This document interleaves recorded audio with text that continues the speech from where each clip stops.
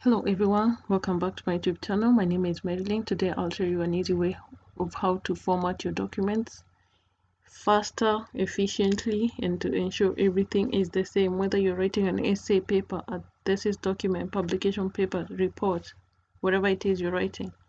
This is an easy way to make sure your formatting is in shape and on point. So if you want your main headings to look the same, you just format one heading. Let's say this. Click on Format Painter, go ahead and highlight the next one, and there goes, looking the same. Format Painter again, there goes. Let's say this subheading, we want it to be Times New Roman on 14, there. So we highlight that, Format Painter, another subheading is here, there, 14.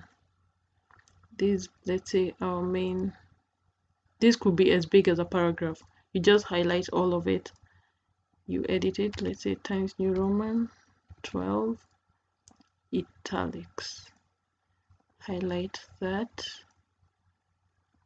Format Painter, highlight that, boom, edit,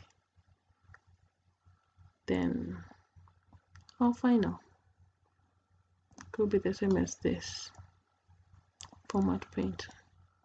Thank you for watching. I hope you learned something new. Like, comment, share, subscribe, and come back. Bye.